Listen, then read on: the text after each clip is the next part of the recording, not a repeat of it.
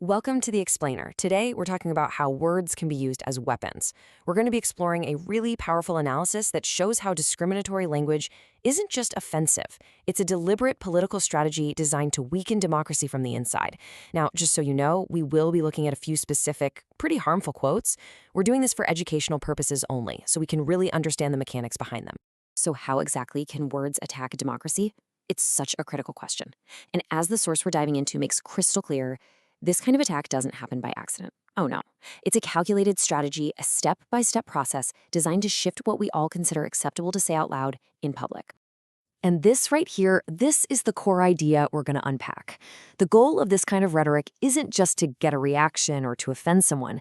It's to systematically redraw the boundaries of public conversation.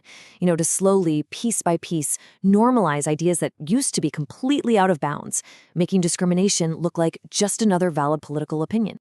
Okay, so to really get how these boundaries are pushed, we first have to understand the sheer power of political language. This is especially true in a country like Germany, where a very specific history gives words an absolutely immense and undeniable weight. Here's a key insight from the analysis. There's a direct line connecting historical responsibility to the words we use in our debates today. What this shows is that remembering the state-sponsored violence of the past, well, that isn't just about history class. It's a vital, active defense for democracy, right here and right now. Now, this source doesn't just stick to theories. It gets right into the weeds, breaking down specific, real-world examples. So let's take a look at several documented quotes from politicians of Germany's AfD party to see exactly how these mechanisms work in practice. Our first example comes from the floor of Germany's federal parliament. The quote translates to burqas, headscarf girls, and subsidized knife men. It was so inflammatory that it actually resulted in an official call to order. It's presented as a kind of classic example of just packing multiple forms of devaluation into one short, sharp phrase. And this just illustrates the tactic perfectly, doesn't it? Instead of having a real debate about, say, immigration or social policy, entire groups of people get reduced to these racist and sexist caricatures. The analysis is clear. The goal here is to stir up fear and resentment by painting this picture of a dangerous other. All right, the next example builds on this. This time, it targets not a group of people directly, but a core pillar of Germany's democratic identity. The quote is, "a monument of shame," and it was used to describe the memorial to the murdered Jews of Europe, right in the heart of Berlin. You see what's happening here? The analysis argues that this is a direct assault on the fundamental principle of never again. By calling the memorial a monument of shame, the speaker is trying to completely flip its meaning. The suggestion is that the shame isn't in the crime itself, but in remembering it. Think about that for a second. Now, this next quote is really something. It suggests that a German-born citizen and government official, Aiden Ozo-Ogs, should be, quote, disposed of in Anatolia.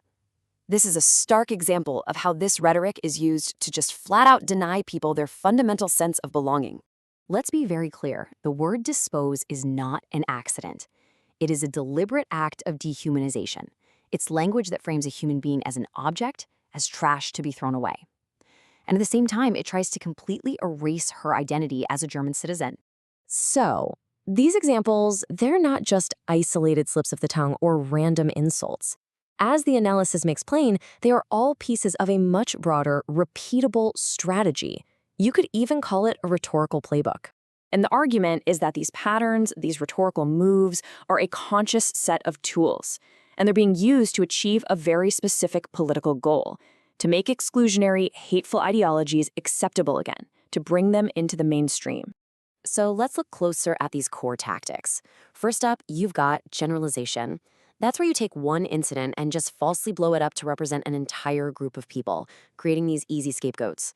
Then there's dehumanization, using language of objects or trash to strip people of their humanity, which erodes empathy and makes it easier to accept cruel policies. And finally, historical revisionism, which tries to rewrite the past to erase the moral lessons we've learned, basically opening the door for a return to really dangerous ideologies. Okay, so understanding the strategy is the first step. But the analysis concludes by asking the most important question of all. How can a healthy democracy effectively fight back against this? And the conclusion is pretty straightforward. Defending democracy starts by actively defending the quality and the humanity of our public conversations. Look, this isn't about censorship. It's about upholding clear standards. It means we have to refuse to accept the premise that dehumanizing people is a valid way to have a political debate.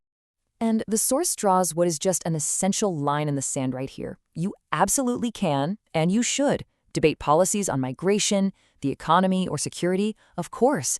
But that debate has to happen within a framework that respects every single person's equal worth and dignity. Period. And this really gets to the heart of it all. This isn't about protecting someone's feelings. It's about protecting the foundational principle of a democratic society, that all people are equal in dignity and in rights. Because when that principle gets attacked for one group, believe me, it gets weakened for every single one of us. And that powerful statement, that is the unwavering moral compass where this analysis leaves us.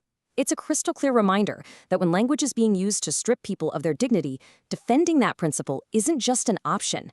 It becomes a collective responsibility for us all.